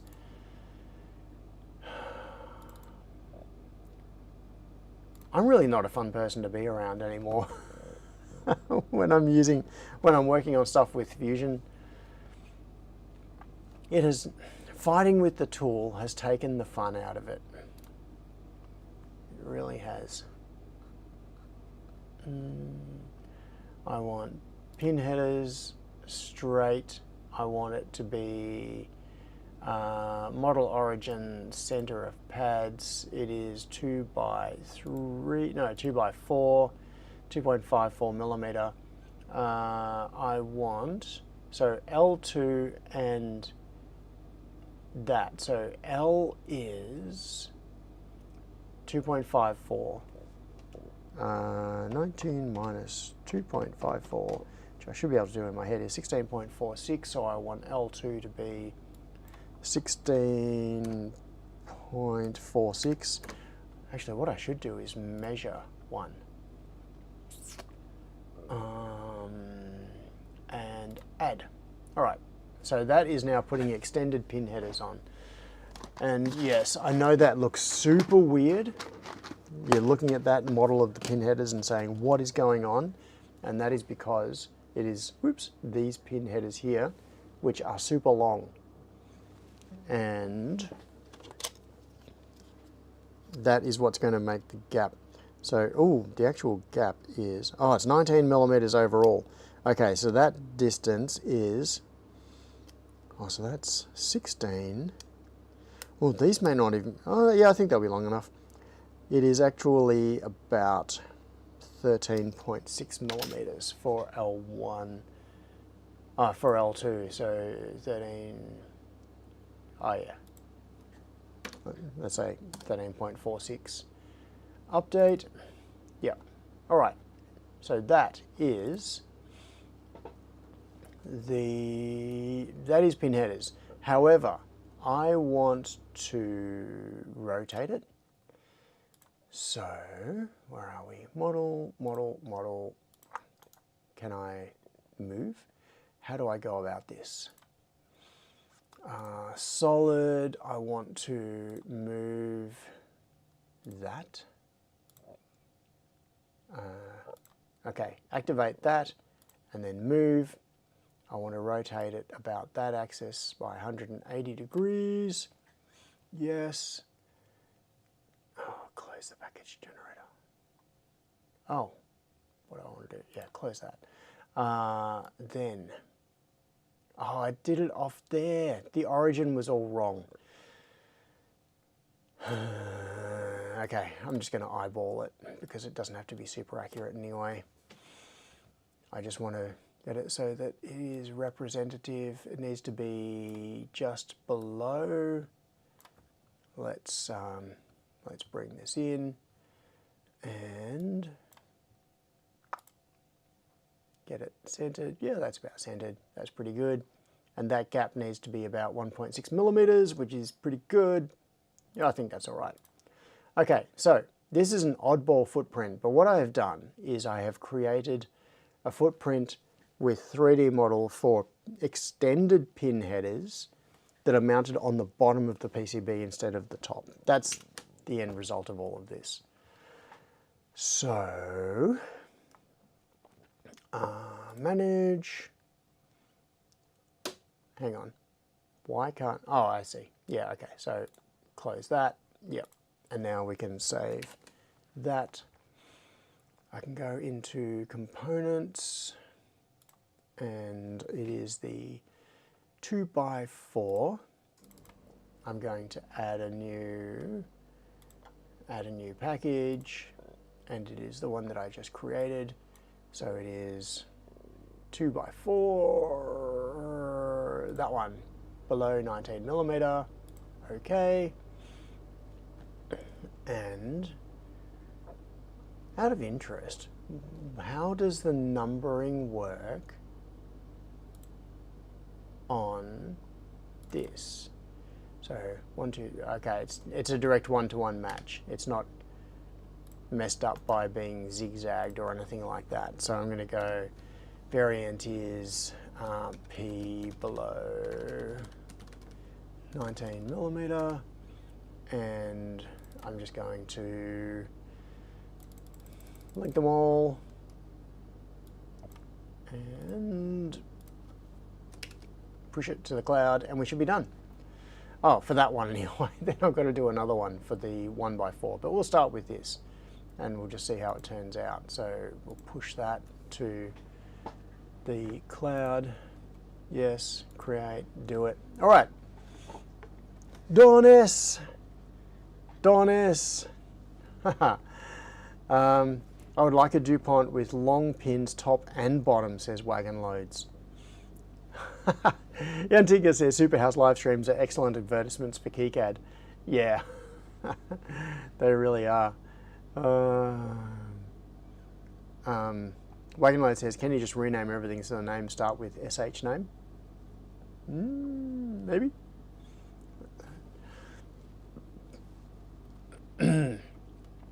All right. Come on, sync. What are you syncing about? Fusion? Sorry. In joke. That one was for Princess Fiona. Yeah, sync. Come on. Sync. All right. It's not going to. So I'll open Library Manager. Oh, okay. Check for updates. Yep. All right. It's updated. So now, if I go into Library Manager and go to Local Libraries, I'll let that finish it. Sync Private Libraries and pull that. So my local cached library is now pulled off the cloud version. I should now be able to do something kind of funky, which is come back into BeetleBot, top, this one, and I should be able to, Don said, just had a cloud strikes again moment with the Gold Air heater. It won't work at all if not connected to the internet. What? Just got a credit and bought a different brand. Oh, that is total enshittification. Let's make a heater and make it so that it has to connect to the internet, and it won't work unless it's connected to the internet. Dumb. Dumb. Doesn't even, like, okay, internet connected things can be good, but they need to fail, like they should not be dependent on the internet connection. If they are, that is, someone done screwed up real bad at the design stage. So what we've got is, okay, I'm going to open the 3D view because we're going to need it in a moment. Come on. Come on, Fusion. I know you got a rendering bug. You like your rendering bugs. Now you can't display. Oh, why is? Yes. Stupid. Let's dock this. Dock right. Dock. Yeah, dock right. Get over there. Get out of my way. BeetleBot top 3D view. Okay, here we go. So what we're about to do is replace one of these 2x 2x4 connectors with a 2x4 pins on the bottom. So if I do a part swap on, yeah, let's get rid of this again. Let's do a part swap on one of these. Part swap and pull it off. Connectors and 2x4, that one, 19mm below, and I'm going to go bang, update, yes, and bang. So now the footprints will be different. I'm going to save that. And then if we pull from here, we should see the 3D model change. It's out of date. Yes. Yes, it is. There we go. So now we have pins sticking down from the bottom. Oh, I got the position slightly wrong. I must have made it more than, oh, that's annoying. I made it more than 1.6mm below the surface of the PCB to the plastic face. So that's something that I should update. Now I just need to do the same for these. But maybe I will not subject you to that right now because that can be changed at any point. Wagonload says, I will never use a product like a 3D with built-in spyware because I design things. I don't want the printer getting a patent on my design. Tinker says, looks like you made it 1.73mm. I may have. I just eyeballed it. I just grabbed it and dragged the part down. What I should do is move it so the plastic is on the top face of the PCB as the 0 point, and then do an offset of minus 1.6mm in Z, and that way, or in Z, and that way we know that it's correct. That's one of the limitations with the 3D models in Fusion, is that when you create the footprint, okay, so you can have a PCB which is different thicknesses. We typically say that a PCB is 1.6mm, but it doesn't have to be. It can be 0.6, 0.8, 1, 1.2, 1.4, 1.6, 1.8, 2, 2.2, 2.4, etc. But even those are rounded, and it depends on the particular selection of dielectric, how many layers you've got, the weight of your copper. There are so many factors. So 1.6mm PCB is actual, like really commonly, they're like 1.56mm, give or take, and they can be over 1.6, like if you use heavy copper. So 1.6 is just like a hand wavy approximation. But what happens is that it uses the top face of the PCB as the reference plane for making the 3D model. And if you have a part which fits underneath the PCB and you don't know how thick the PCB is, it's kind of a guess as far as the 3D model is concerned. All right, now, what are we going to do on this board, people? We have the top plate PCB, and in fact, what I'm going to do, I'll hit save on that. I am going to save that. I'm going to say, oh yeah, that one's already saved. What I'm going to do is pull this into the 3D model of the assembly. So BeetleBot assembly right here. And we will, yeah, so this is our assembly. And that way we'll be able to see in context where it all fits. So I'm going to go insert into 3D model. Well, I would if the menu worked. Come on. Come on. All right, screw you, I'll just try dragging you. Is that going to work, or is Fusion going to explode now? Ooh. All right, I'm going to put it up here, and then, so that's a 40mm offset, and then I'm going to use a joint to attach it to the correct location. So what I'm going to do is come to here, and I'm going to do, where are we? Construct, here we go. Joint, oh stop it, I'll just use the keyboard shortcut. J for joint, and then I want to joint off that, the edge of that screw hole, and I want to snap it to the edge of that screw hole. Clunk, there we go. So now the top plate is in place. And you can see that it fits down, it just barely covers the motors because the plastics are designed to be just thicker than the motors. And the back of it, where the rubber band goes around to hold the battery in, has got the same notches.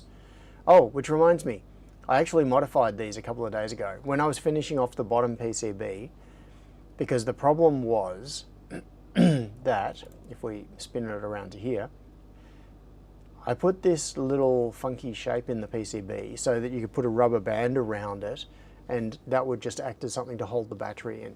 The problem was that this did not have such a slope on it. It came out more horizontally, which meant that the rubber band could very easily slip off, which I discovered on my laser cut templates that I made out of acrylic to test the mechanical, the fitment. So what I did basically was, this little corner that is right here, I pulled it up. It used to be down here somewhere. I pulled it up to here, and this one I pulled down. So it's symmetrical, obviously. And that just makes this have a little bit more of an alcove or a cutout in here. So the rubber band, once it's snapped into this location, will be slightly more secure. So that is now what the robot looks like with the top plate in place. Now, what are we going to put on the top plate? I want to put an area here for gluing on a Lego base plate so that we can adhere stuff on the top with Lego. Well, I probably don't even need to do anything specific, but what I was thinking of doing was looking at bottom of surface if it's on the bottom placement layer. Oh, Stephen says, why does it not just flip the model 180 degrees and put it on the bottom surface if it's on the bottom placement layer? Oh, and Tinker says he designed it as a top layer part for some reason. Oh, okay. In KiCad I use fab lines as measurement spaces. Yeah, I did make it as a top layer part. Maybe, yeah, I could have done it as a bottom layer part. Oh well.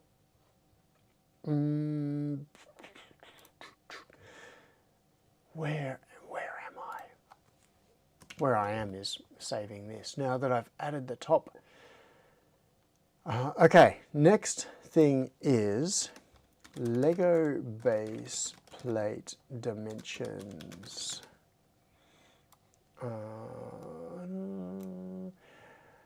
They are Lego base plates, 32 by 32. No, I'm not actually thinking of Lego base plate. I'm just going to say plate dimensions. So, what is a common size Lego plate? How big is Lego 32 by 32 plate? No, I want something like I'm just eyeballing this. Probably like a 6 by 12 plate, or what is a common size to be able to buy and stick on there?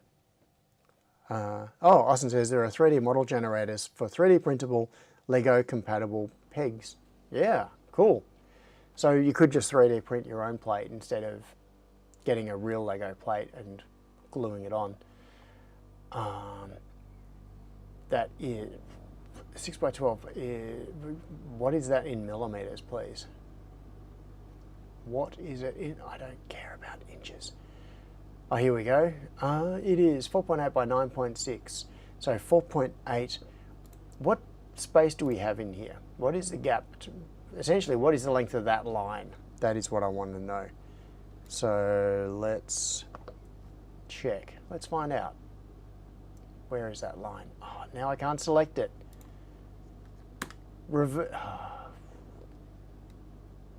Capture or revert? I don't know. How am I supposed to know? I'm just going to say capture. Oh, I see. Yeah. Finish sketch. I was not trying to sketch. Why was it making me sketch? Oh, okay. Let's check the length of that line because that gives us essentially the space between those screws. So if I do a dimension on that, it is 46 millimeters. It's from -23 to +23.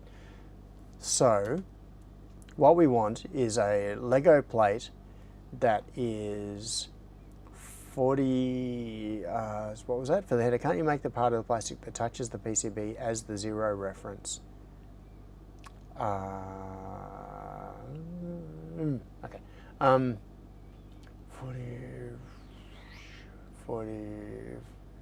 4.8 by 9.6. That would, it is just slightly, no, it's, I think that would fit. 4.8 by 9.6. Okay. Let's check this. Let's check this. I'm going to copy that, bring it down here. What grid are we on? So I'm going to change that to being top layer, T-place, and we want it to be 4.8 by 9.6, so 48 by 96 millimeters. Let's make this one go from, let's go from 0 to 96, and we'll put it out at 100 millimeters. Oops, yes, oh yeah, that's right. Yeah, here we go, okay. Oh yeah, that's a pretty decent sort of size. Okie dokie, so let's duplicate that. And we will take that out to, so that was at 100, so we want this to be 148? I think it was 148. So 48 millimeters wide, we'll take by 96, 90, yeah, 48 would make sense because it's double, it's a 2-to-1 ratio length. And then we will make another line, stick it here, and end it there, duplicate that, and that. So the question is though, is that a really common Lego base plate size? I don't know. 6 by 12. Should we go 6 by 8? What is a common plate size? 6 by 12, 6 by 8, 6 by 10.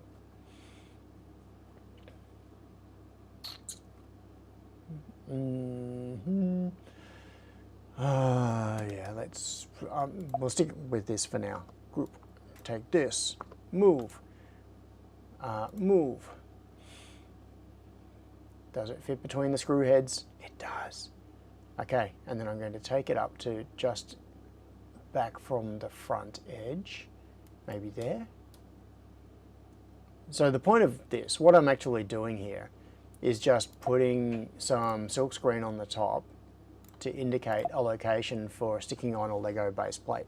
And then the idea is that you can blip, blip, blip Lego stuff onto the top of the robot body and have it attached. All right, power. Should we put a power LED on? And we should leave little squirrel Steve on the top? I think we should.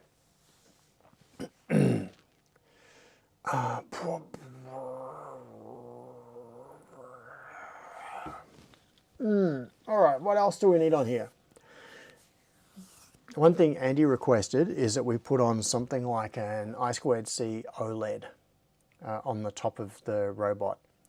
And that can be used for things like battery status display, which reminds me, I don't think we have battery status monitoring with this version of it. Need a 3D printed chair for Steve.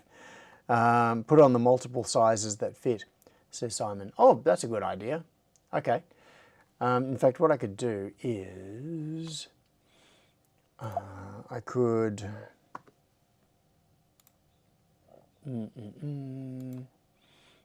No, I don't want to duplicate the whole thing. I just wanted to duplicate that line. Yeah, so I could do a line across here for a 6x6. I could do another, yeah, I could break it up. I don't think it really matters though, because if you're putting on a smaller one, you can just butt it up to align with the front part of the lines, just not have it go back as far. I think that's fine. That'll do. Make it with a heated insert so Lego mounted devices can be bolted down if it is top heavy. Oh, Simon said similar to what they do with SSD drives. Yeah, 2x7 which would be tripled up to make 6x. Yeah. If it's going to have a lifting arm on that Lego plate, you want it on the back edge and not the front for stability.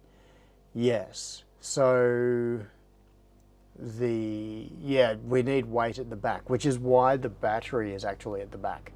So the battery is back in this area. The wheels are up here. The battery is back here, specifically to act as a counterbalance so that if there's an arm reaching forward, it will not face plant and pull the thing over. Hopefully the wheels are far enough forward. Now, I am going to be bailing at 12 because I am going to a gymnastics competition, of all things. Those are words that I did not expect to say. Some time ago, I would not have, that would not have been in my bingo card for the day, but here we are. Okay, updating. All right, so that now has the silkscreen marking for where you could stick a Lego plate to do that. So maybe across the back. Let's add, not there, not there. Yeah, I'm not going to do the other connector now. That can be for another time. So get rid of that, close that. Let's stick in an OLED. Superhouse displays, OLED I2C. What are we going to put in? There's the 1.3, it's the classic little 0.91. I like these ones. I think I'm going to stick in one of these. Just because. So we'll stick this in here, and I will whack a ground connection on there. VCC, these things run off 3.3 volts, so stick that there. Add a couple of nets coming off here for I2C. Link that, link ground. Where are we? Let's stick a flag on here. Come on, I'm clicking. Why aren't you rotating, you Come on. There we go. And name. Okay. SDA. What is SDA? It is IO6. No, not IO5. IO6. And SCL is IO7. Yes. And let's stick this over here somewhere. I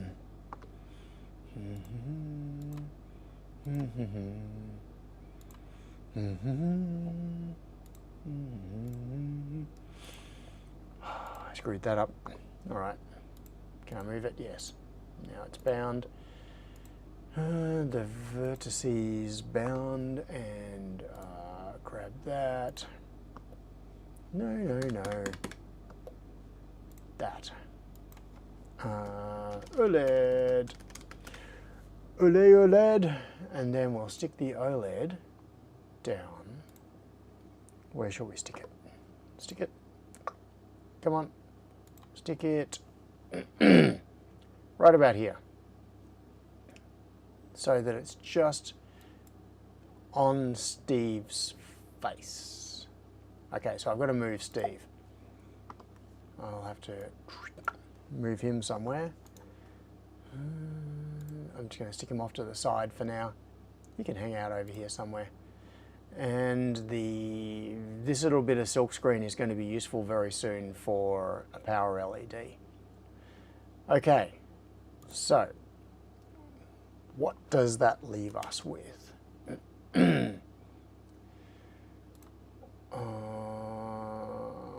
Pull that so that we get the OLED. Oh, come on. Come on, stop with your slow rendering and your weird bugs. Come on. Come on. Hurry up. Beach ball, beach ball, beach ball. Okay. There we go. So now we have the OLED at the back.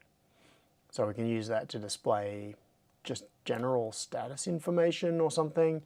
Maybe it'd be useful to have some buttons on there, even one button, but like a little menu button type arrangement would be nice. What we could do is put on a couple of buttons and use a resistor ladder to run them all into a single ADC.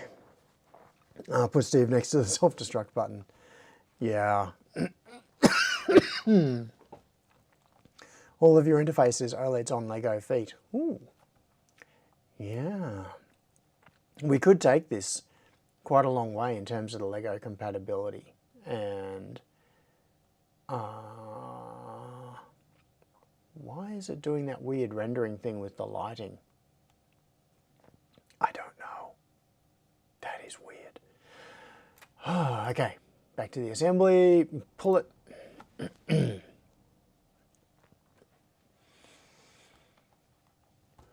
Come on. There we go. Yeah. What we could do is, if we went totally overboard with Lego compatibility, is make little modules like a Lego compatible OLED module that you plug in wherever you want and hook up something like a stemmer connector for the I2C and power. Oh, I am seriously running out of puff, as in my energy level has crashed. I am feeling suddenly tired. That's interesting. Okay, so we're going to have pins sticking through. They're going to have to be cut off very flush so that the battery can slide in safely under there. Got to think about that one, the implications of that. Okay. Austin says, maybe take a break, grab a coffee, then begin your travels. Yeah. All right, so where we are up to is the base PCB has gone off for fabrication, and it is in fact almost fully fabricated. The top PCB, let's make a little list. I need a to-do list to do Stick it here. This will do.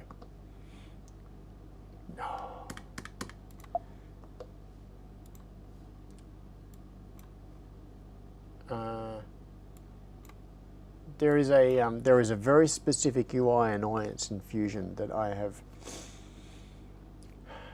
resisted speaking about, and I am resisting speaking about it again. But it is just the way it does its object selection that, yeah, something about it that really annoys me. But it is an annoyance that I have not mentioned on a stream. And it just bit me right then, and I kind of glossed over it, didn't show you what it was. So, because the workaround, like I've got the workaround in my head. So, to do, I've added the OLED, so that's okay. I need to add SAO Plus connectors. I need to, what else do we need to add? Add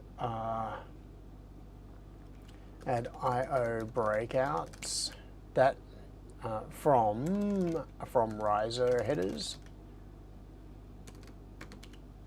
And what else do we need to do on this top thing? The OLED can use a magnetic I2C connector, says Wagon Loads. Now you're talking. So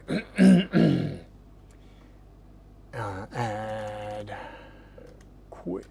I can never remember how to spell quick. Is it quick? Quick connector. Quick / stemmer connectors. So yeah, Austin is a big fan of those, and they are handy. So if you want to put random modules and things on the top, that can be useful. What else do we want to add onto the top plate?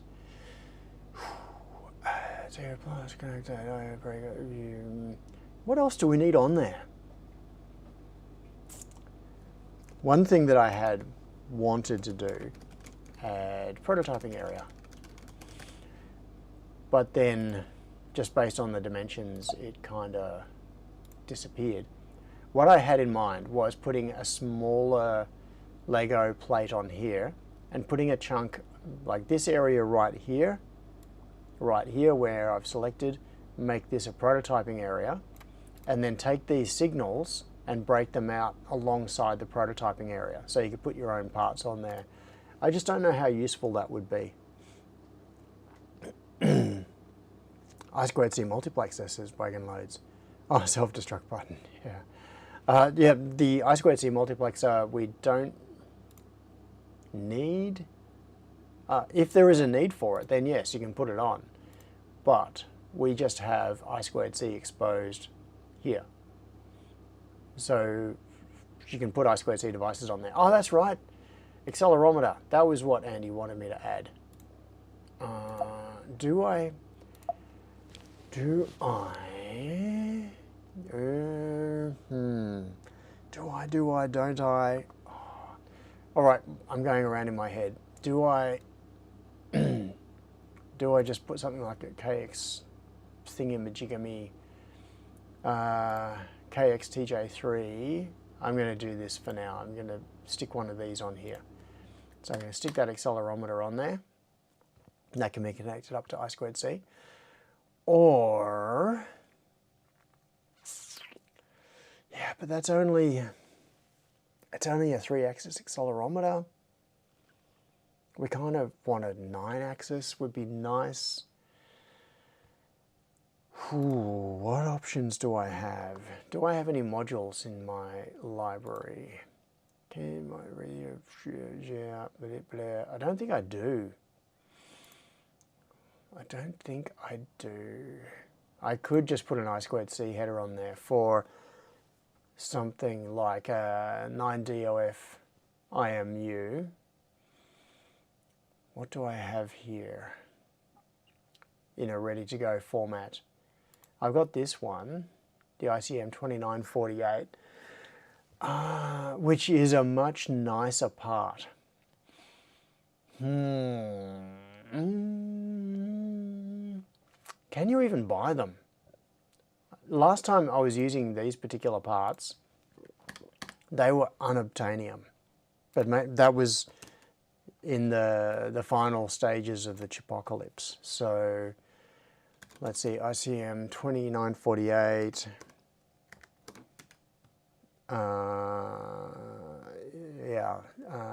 Invensense, where? And also they were stupidly expensive. They just got really dumb expensive. Is it a disaster? Okay. Magnetometer isn't actually part of the main IC. Yeah, it's a okay, sorry, I just saw this thing. Rant, ICM 2948, IMU is a disaster. Yeah, the client has designed this, and magnetometer isn't actually part of the main IC, really. Yeah, it's the 2948 is a single chip in that it is a part. Let's see if it's on DigiKey. I want to find out what pricing is like. $10. It is an accelerometer, a magnetometer, and a gyroscope.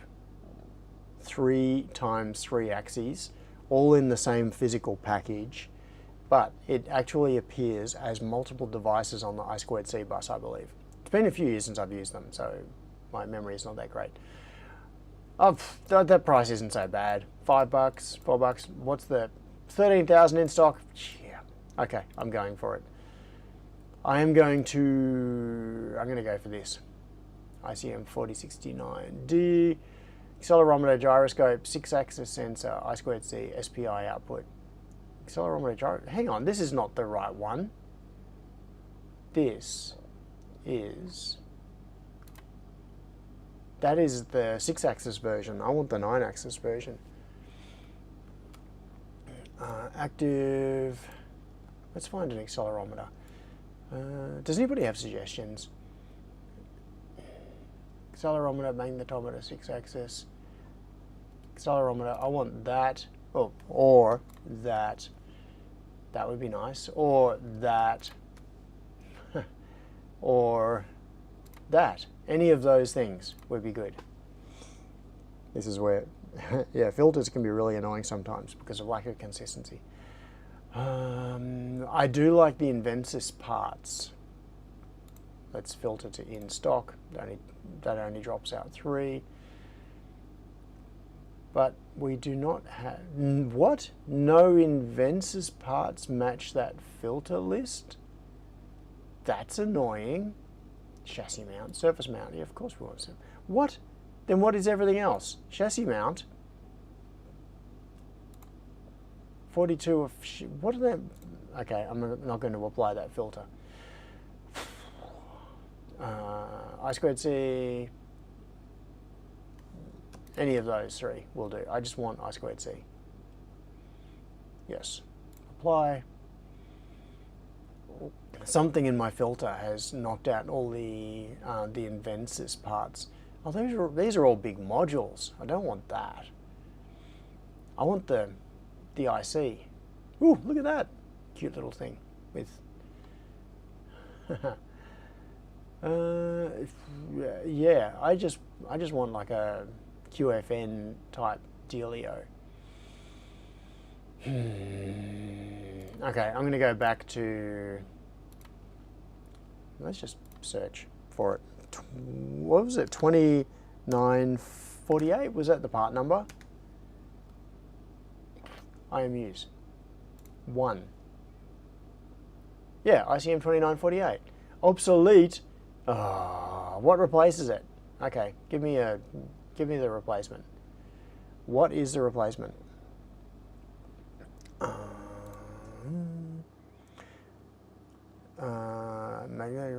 It's one of a few designs I've added a TCA 4307.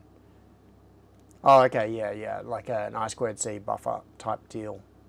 HV pulse generator, BeetleBot, taser attachment. Where does the EMP cannon go? Oh, I've got all the good suggestions coming up now. Which one works as a compass? That is the magnetometer, works as a compass.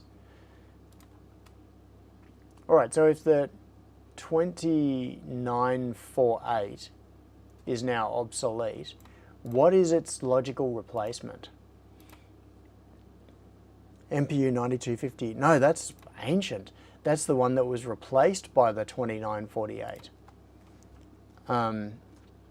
Yeah, MPU 9250. That's like 15 years old or something.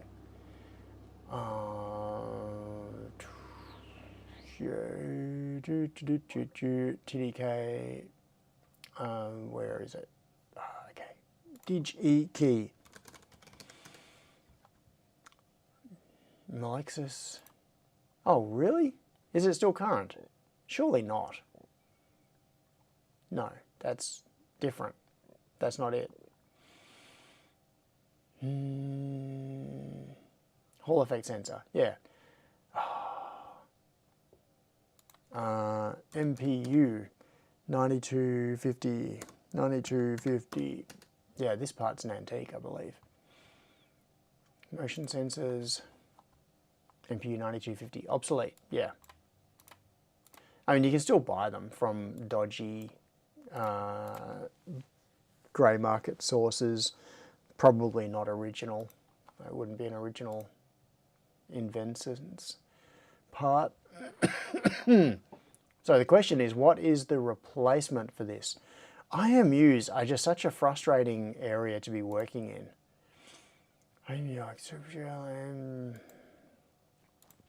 The more I look at this, the more I'm coming back to the KXTJ. Or is it KXJT? I can't remember. Yeah. So the MPU 9250 was a replacement for the MPU 6250, which was the 6-axis, and then they went to the 9-axis with the 9250. Then that was replaced by the ICM 2948, and now this is obsolete, but what's it been replaced by? So there should be something new from TDK which replaces the ICM 2948. I want to know what that is. So that's the mystery right now, is what is the current IMU du jour that we should be using in new projects. So I've got the KXTJ3, which I've been using for years and years. This is a really cheap little, I think it's 3mm by 3mm QFN 12, and it's okay. I buy heaps of them because I use them on customer projects. But it's old, and it has noise, so you've got to do averaging on the readings. It's not very good quality, to be honest. So, okay, I'm going to drop the ICM 2948, hit save, and then I'm going to run away. BN055, said Stephen. Yeah, maybe try looking at TDK's own site. Yeah, that's a good idea, Tinker. No, that BNO, I think that is also ancient. This is the thing, is that there has been like a generational change in IMU technology. BMO 055, is that the one? BNO, yeah, this thing.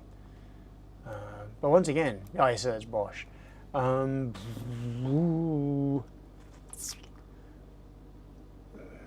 B&O, DigiKey. $22. Yeah. What is it in? Yeah, it's $11 in 10 plus. It's 10.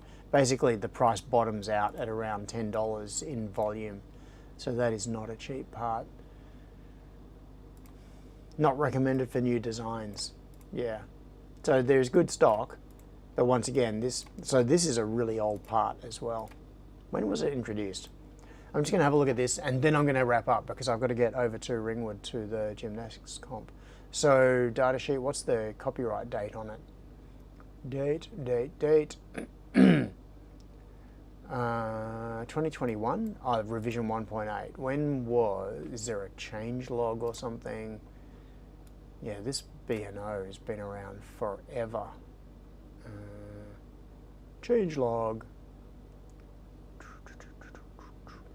Yeah, 2013. Where are we? Rev 0.1 initial version 2013. 13 years old. It's not that old as parts go, but it is $20. So that's not good. This part is like $2. All right, I'm going to quit out of that. ICM 2948. Yeah, but it's discontinued. ICM 29, that's one I was just looking at, Wagon Loads. So yeah, Wagon Load says the official 9-axis successor from TDK in VenSense is the ICM 2948. Yeah, that's, yeah. Discarded, no, save. Oh, cannot be saved. What? Fusion, are you just trying to prove how it's making my point for me? It's being annoying and dumb. Okay, now will you save? Now can I close you? Yes. Okay. Now can I quit? Oh. And now it wants to save this as well. Is it going to come up with a problem with that?